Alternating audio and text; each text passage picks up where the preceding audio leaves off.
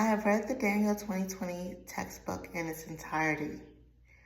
One ethical, moral principle or standard from the ACA Code of Ethics 2014 that is in harmony with my spiritual and personal beliefs is the ethical principle of justice.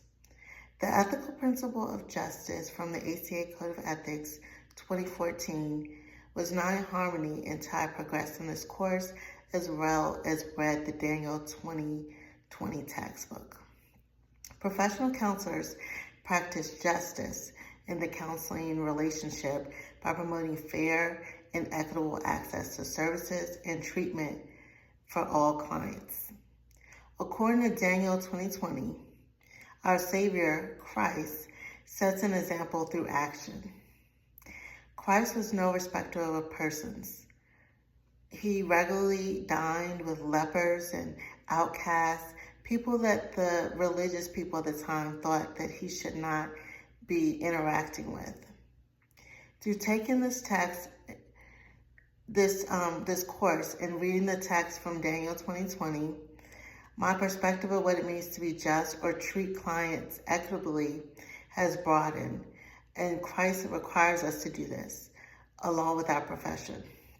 Simply said, equity means providing clients the access to things they need, such as resources, but it's also unique and based on their specific circumstances. I want to give an example of something I learned this semester that really illustrates the difference between equity and equality. Equality is treating everyone the exact same, from my understanding.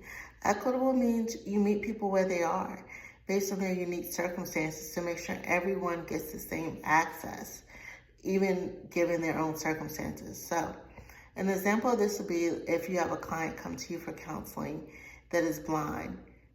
They deserve equal access. However, they might need special treatment to receive equal access, such as materials like informed consent and Braille.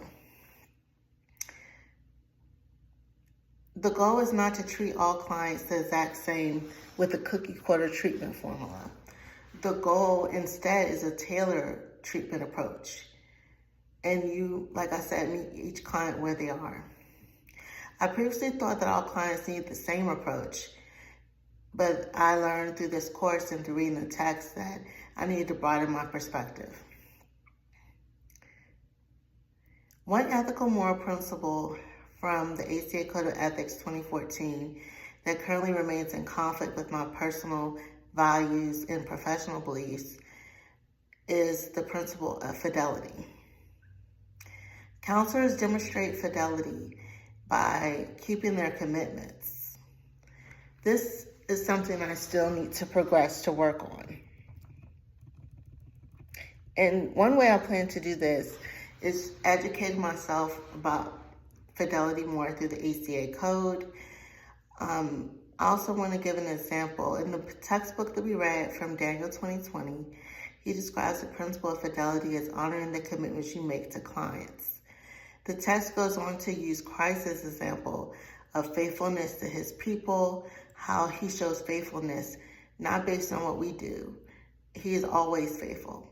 This is a great example that we can use as counselors because we are supposed to be benefiting our clients and remain honoring them and honor our commitments, not based on how honorable they are in their commitment to us. So an example of this would be, if a client comes to you and they regularly cancel appointments, you cannot adopt the attitude that I don't want to serve this client, I'm not going to keep my commitment to the client. Of course, discussion will be made about the importance of honoring the commitment and keeping their appointment and maybe even fees that could occur, but you should still keep helping the client if you feel like you could become competent and help them in an equitable way. To progress with fidelity and the ethical principle of fidelity as a future counselor, I want to share some research I found. So, according to Baker and DeVries 2020, burnout happens to professionals because there is a strong disconnect between personal value conflicts, personal values, time commitments, and professional commitments.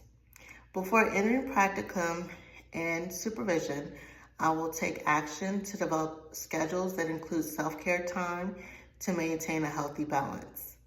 I will also seek advice on time management from more experienced counselors. Also, to honor those commitments to my clients, I will put Christ first, self, family, and professional relationships in order of priority and also keep them balanced. Finally, I will use the info I learned to progress into a counselor that is competent and demonstrates the ethical principle of fidelity. Thank you.